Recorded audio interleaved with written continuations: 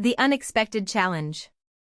The gym was stuffy, the air heavy with the smell of sweat and determination. Bruce Lee adjusted the straps on his kung fu shoes, eyes fixed on the makeshift ring in the center of the space. It was one of those days where the energy of the fighters seemed to charge the room, as if each breath was a prelude to something bigger. He wasn't just there to train, he was there to prove a point. LeBell, the legendary judo and wrestling fighter, watched everything with a confident smile. Known for his brute strength and ruthless submission techniques, he was an imposing figure, a man who had toppled giants with ease. When he heard that Bruce Lee, the master of Jeet Kune Do, was competing in that informal event, he couldn't resist. A Chinese martial artist? With all due respect, but that's no match for real grappling, he thought. Without warning, LeBell approached the ring as Bruce finished stretching. "Hey Bruce, I heard you're fast. How about a real test?" The voice was calm, but carried the weight of a challenge. The other fighters around stopped what they were doing, their gazes turning to the two. Bruce looked up, assessing the man in front of him. There was no arrogance on his face, just calculated curiosity. "Of course," he replied, standing up with the lightness of someone who had no doubts. "But no rules. Just what works." LeBell laughed, amused by the simplicity of the answer. "No rules? Great. Let's see if your speed saves you on the ground." The ring emptied, the other fighters forming a circle around it. There was no judge, no timer, just the tension growing by the second. LeBell charged first, like a bull, trying to grab Bruce in a clinch. But Bruce was no longer there. His body moved at an impossible angle, dodging the attack with a fluidity that made LeBell frown. "Okay, so you're fast," the grappler muttered, adjusting his strategy. This time, he faked a high attack, waiting for Bruce to retreat, and then dove for a takedown. Bruce anticipated the movement, twisting his body out of the way, but LeBell was stronger than he looked. An arm wrapped around his waist, and suddenly, Bruce felt the ground getting closer. For a moment, it seemed like the game was over. LeBell was on top of him, legs locking his torso, hands reaching for an armbar. But Bruce didn't fight like the others. Instead of resisting brute force, he used his opponent's own weight against him, twisting his hip in a move LeBell had never seen. Suddenly, the roles were reversed. Now it was Bruce who controlled the position, his fingers finding pressure points that made LeBell arch her back. "That is different," the grappler admitted, voice strained. Bruce didn't respond. Instead, he applied a leverage technique that forced LeBell to hit the mat, not once, but twice. The silence in the gym was palpable. LeBell stood up slowly, rubbing his shoulder, his eyes now full of respect. "Dude, where the hell did you learn that?" Bruce smiled, extending his hand to help him up. "It's not about what I learned. It's about what works." LeBell accepted the handshake, shaking his head. "Well, I was wrong. You're not just fast, you're dangerous." And so, without trophies, without an audience, just between two masters testing their limits, a lesson was learned. The strongest doesn't always win. Sometimes what matters is who understands the game best. The weight of victory. Bruce wiped the sweat from his forehead with the back of his hand, feeling the cold air of the gym fill his lungs. LeBell was still breathing hard, but his eyes showed no resentment, just an avid curiosity, as if he had just discovered a new world.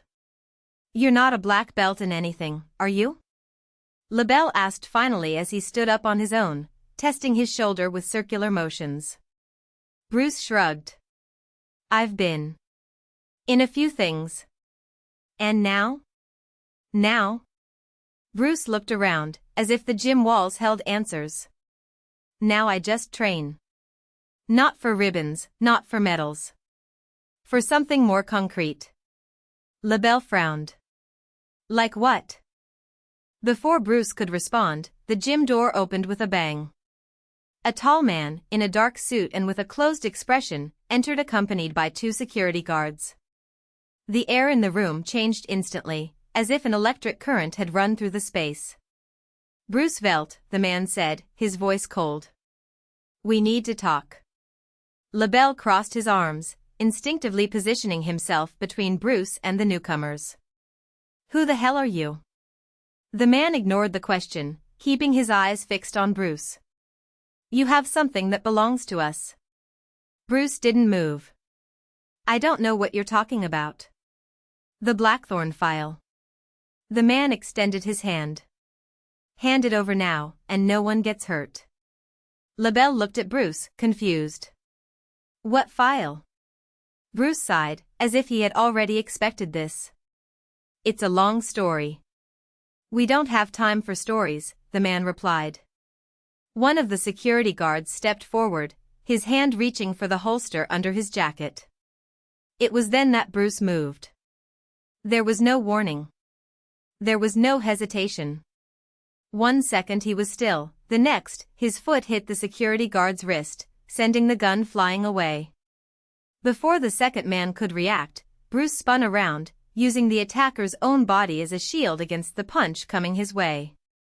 A knee to the stomach, an elbow to the back of the head, the security guard fell like a sack of potatoes.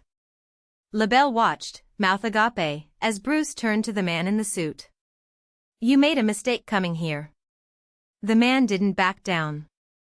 You don't understand what's at stake. I completely understand, Bruce replied, his voice low, dangerous. And that's why you're leaving.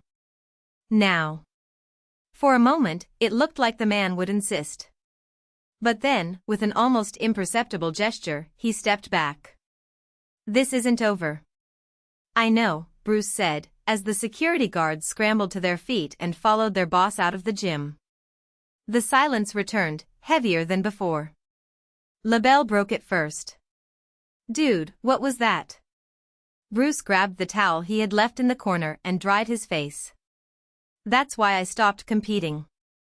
And what is Blackthorn? Bruce hesitated. Something that shouldn't exist. Something I helped create. The past that doesn't die. Night was falling over the city when Bruce arrived at his apartment, a Spartan, almost monastic place. The bare walls, the tatami in the corner, the absence of any unnecessary comfort. He turned on the light and went straight to the metal cabinet at the back of the room. With a key that he always kept in his pocket, he opened it. Inside, there were no weapons. There was no money. There was only an old laptop, a flash drive and a folder of yellowed documents. He plugged in the flash drive and opened the Blackthorn file. Lines of code ran across the screen, but it wasn't just a program, it was a system. A system he had helped develop years ago, when he still worked for a private security company. A system that should have been destroyed. But someone had stolen it. And now, whoever had it was willing to kill for it. Bruce closed his eyes, remembering the last time he saw his old boss, Daniel Mercer. A man who sold security but trafficked in violence. A man who didn't take no for an answer. He picked up the phone and dialed a number he hadn't used in years. Mercer, the voice on the other end, answered, dryly. You sent your dogs after me, Bruce said bluntly. A break. You know why? I don't have the file anymore. Lie. Mercer's voice hardened. You hid it. And I will find it, with or without your help. Bruce took a deep breath.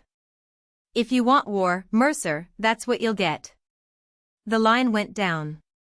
The last lesson. 2 days later, Bruce was back in the gym, but this time it wasn't to train. LeBell was waiting for him, with an expression that mixed concern and determination. I don't know what's going on, LeBell said, but if you need help, I'm in. Bruce almost smiled. That's not your problem. You taught me a lesson on the mat, LeBell shot back. Now let me reciprocate. Bruce looked at him, assessing. He was not a trained fighter for what was to come. But he was loyal. And sometimes, that was enough. Okay, Bruce said finally. But it won't be pretty. The confrontation. The abandoned warehouse smelled of rust and mold. Bruce and LeBell entered silently, moving like shadows among the stacks of crates. In the center of the space, Mercer and his men waited, lit by a single bulb hanging from the ceiling. "You took your time," Mercer said, smiling. "I thought you gave up." Bruce didn't respond. Instead, he looked at the men around him, 4, plus Mercer. All armed. "Last chance," Bruce said. "Leave. While you still can." Mercer laughed. "You've always been dramatic." He gestured, and the men advanced. What happened next was quick, brutal, and efficient. Bruce didn't fight like a martial artist. He fought like a man who knew he couldn't lose. Each blow was calculated, each movement aimed at incapacitating, not impressing. One of the men fell with a kick to the throat. Another was taken down with an armbar that broke his elbow. LeBell, surprisingly, held his own weight, using his grappler's strength to pin a third attacker in a leg lock. When only Mercer and one last security guard remained, Bruce stopped. "That's enough," Mercer said, his voice shaking. "I'll pay double. Triple." Bruce shook his head.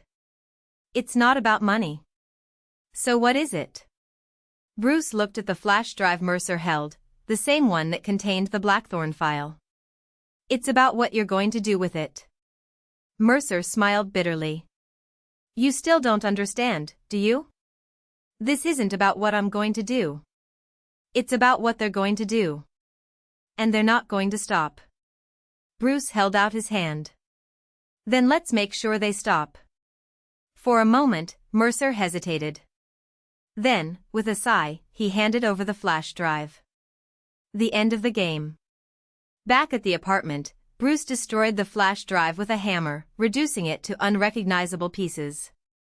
LeBell watched, silently. "And now?" LeBell asked.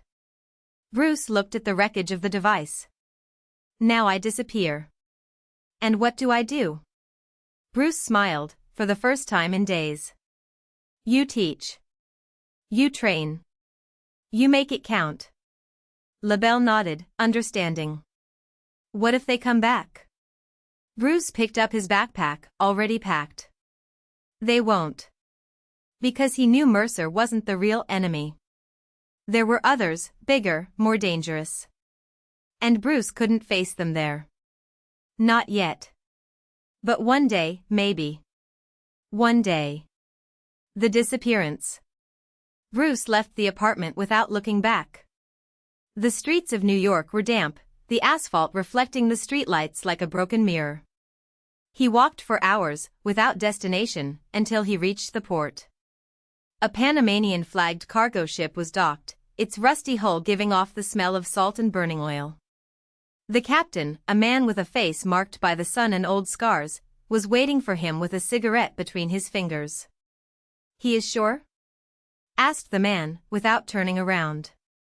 Bruce didn't respond. He just handed over a thick envelope, full of fake notes and documents. The captain put it in his inside coat pocket and waved it over to a sailor, who threw down a rope ladder. Last chance. Bruce went up. There were no goodbyes, no promises. When the ship departed, he stood on deck, watching the city become a blur of lights in the darkness. "I knew I wouldn't come back. At least not like Bruce." The seed of legacy. LeBell closed the apartment door and took a deep breath. The silence was heavy, as if the air itself knew something had changed forever. He picked up the phone and dialed a number he had only used once before. "I need you here. Now." An hour later, 3 people were sitting at the kitchen table, a woman with sharp eyes and quick hands, an ex-military man with a prosthetic leg for his left leg, and a teenage hacker who kept drumming his fingers on the tabletop. "He's gone," LeBell said bluntly. "But he left something behind." He opened the laptop and typed in a sequence of commands. A list of names appeared on the screen, accompanied by encrypted files. This is what they didn't want anyone to see. Names, transactions, locations. Everything Bruce discovered before he was hunted. The woman crossed her arms. "And what do you want us to do with it?" LeBell looked at each of them. I want you to choose. You can leave now and pretend you never saw this. Or you can stay and help burn everything down. The ex-soldier smiled, slow and dangerous. I've been burning for years. The hacker stopped drumming. I'm cool. But only if I can blow something up. The woman sighed, but her eyes sparkled. Okay. But if we're going to do this, let's do it right. LeBell nodded. Then let's get started. The echo of the fall. 6 months later, a series of explosions rocked the headquarters of a corporation in Zurich. On the same day, a server in Singapore was hacked, and terabytes of data were leaked onto the dark web. In Moscow, a man in an expensive suit was found dead in his office, with a single file left on his computer. You should have stopped when you had the chance. Mercer watched the news in the silence of his mansion. I knew it wasn't a coincidence. I knew Bruce, somehow, was still playing. He picked up the phone and dialed a number he hadn't used in a long time. They're attacking, he said, when they answered. We need to act. On the other end of the line, a cold voice replied, we are all ready. Mercer hung up. He looked out the window, at the lights of the city that never slept. Something was moving in the shadows. And this time, it wasn't Bruce. It was something worse. The return. 2 years have passed. A man with a gray beard and fresh scars on his face disembarked at a port in the south of France. He used a different name, simple clothes, and carried only a worn backpack. There was no one to welcome him. There was no one who knew he was there. Except one person. LeBell was waiting for him at a seaside cafe, with a cup of cold coffee in front of him. He didn't show surprise. He just pushed a newspaper onto the table. They are reorganizing themselves, he said, pointing to an article about a new alliance between private security companies and governments. Bigger than before. Bruce picked up the newspaper and read it in silence. Then he folded it and put it in his pocket. I know. LeBell watched him for a long moment. And? Bruce looked at the horizon, where the sun was setting over the Mediterranean. They won't stop. Neither will I. LeBell smiled, tired but determined. Then we better get moving. Bruce nodded. There were no more words. Just the beginning of something neither of them knew how it would end. But this time, they wouldn't be alone. The shadow game. The coffee cooled completely while the two men plotted routes in silence. LeBell slid a map across the table, marking points with a red pencil, ports on the Black Sea, warehouses in Rotterdam, an abandoned base outside Kiev. Each location was a node in a network that stretched like a spider's web over Europe. They're using these points to move weapons, money and people, LeBell said, tapping his finger on a circle around Odessa. If we cut off the flow here, we strangle half the operation. Bruce studied the map, eyes narrowed. And who's in charge now? Someone who doesn't like to lose. LeBell pulled a photo from inside his jacket. A man with an angular face, thin scars along his jaw, eyes as clear as ice. Viktor Dragan. Former Spetsnaz, now CEO of Blackthorn Security. He's not like the others. Doesn't negotiate. Doesn't back down. And has a penchant for old ways. Bruce knew the type. Such men did not understand the concept of defeat, only delay. Then let's give him a reason to reconsider. Odessa, 3 days later. The night was thick, the wind carrying the smell of salt and diesel fuel. Bruce and LeBell moved between stacked shipping containers, their shadows lengthened by the dim light from the rusty streetlights. The port was almost deserted, except for 2 Blackthorn guards patrolling with automatic rifles. LeBell signaled left. Bruce nodded, disappearing among the piles of metal. A minute later, one of the guards fell without a sound, his neck broken with surgical precision. The second heard the muffled noise and lifted the radio, but a knife stuck in his throat before he could speak. Inside the marked container, boxes of ammunition and packages of counterfeit banknotes. Bruce opened one of them with a crowbar. Inside, there were no weapons. There were people. Women and men huddled together, eyes empty, hands tied. Human trafficking. A dirty deal even by Blackthorn standards. LeBell swore under his breath. They are diversifying. Bruce closed the box with a bang. That changes the plan. Nothing changes. We burn everything. They spread gasoline, lit the fuses. As the flames spread, Bruce took a photo with a burner cell phone, Dragon's face, the burning containers, the victims being freed by a team LeBell had contacted earlier. Evidence, he murmured. For when the press asks who is behind this. But Blackthorn was not the type of organization that left traces. Vienna, a week later. The hotel was elegant, one of those places where diplomats and spies met to exchange favors. Bruce was at the bar, pretending to read a newspaper, when the woman sat down next to him. You're hard to find, Mr. Voss. He didn't look up. Depends on who's looking for it. Victor Dragan. She slid an envelope across the counter. Inside, a plane ticket and an address in Belgrade. He wants a talk. Face to face. Bruce finally looked at her. Blonde hair tied into a severe bun, calculating green eyes. And why would I? Because he has something you want. She smiled, coldly. Something you need. The envelope burned between his fingers. Belgrade, dawn. The abandoned factory smelled of rust and mold.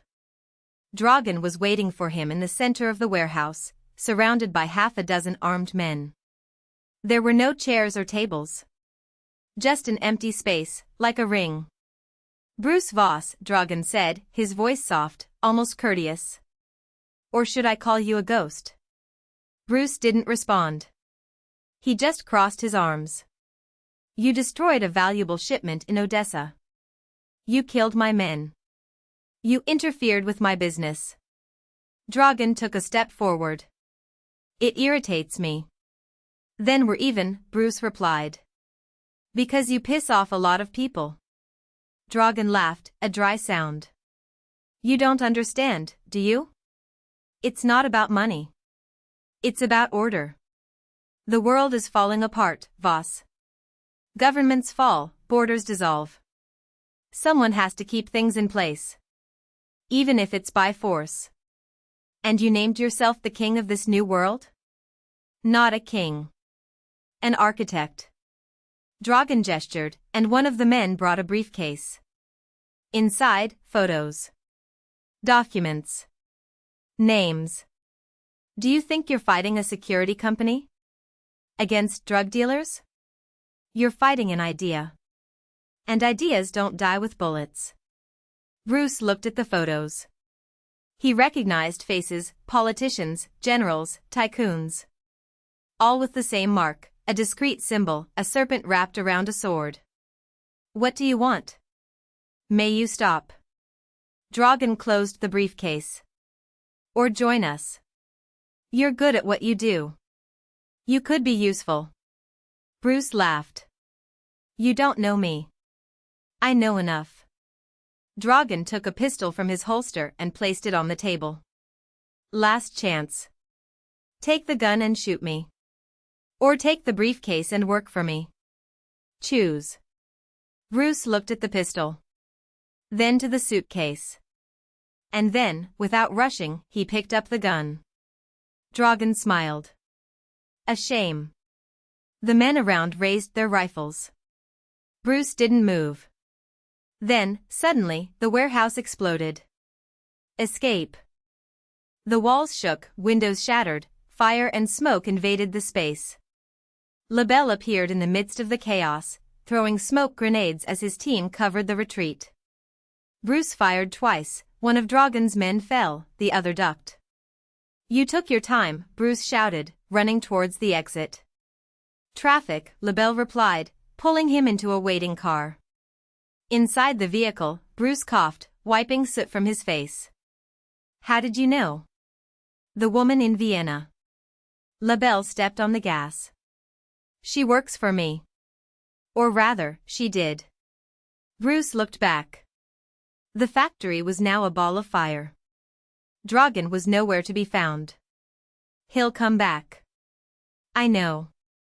LeBell gripped the steering wheel. But now he knows we're not kidding. Epilogue: The Price of War. 6 months later. Bruce was in a safe apartment in Lisbon, looking out the window at the sea. The news talked about corporate scandals, politicians resigning, a trafficking network dismantled in Eastern Europe. Small victories. LeBell entered, throwing a newspaper on the table. The headline read, Blackthorn Security shuts down operations after international investigations. Looks like we won, said LeBell. Bruce didn't respond. I knew it wasn't like that. The Blackthorn might have fallen, but Dragan was still out there. And men like him never disappeared, they just reinvented themselves. What now? LeBell asked. Bruce grabbed a backpack, checking the contents, passports, money, a pistol. Now we prepare for the next war. LeBell smiled, tired but determined. I always knew you'd say that. They left together, disappearing into the streets of Lisbon before the sun rose. The fight was not over.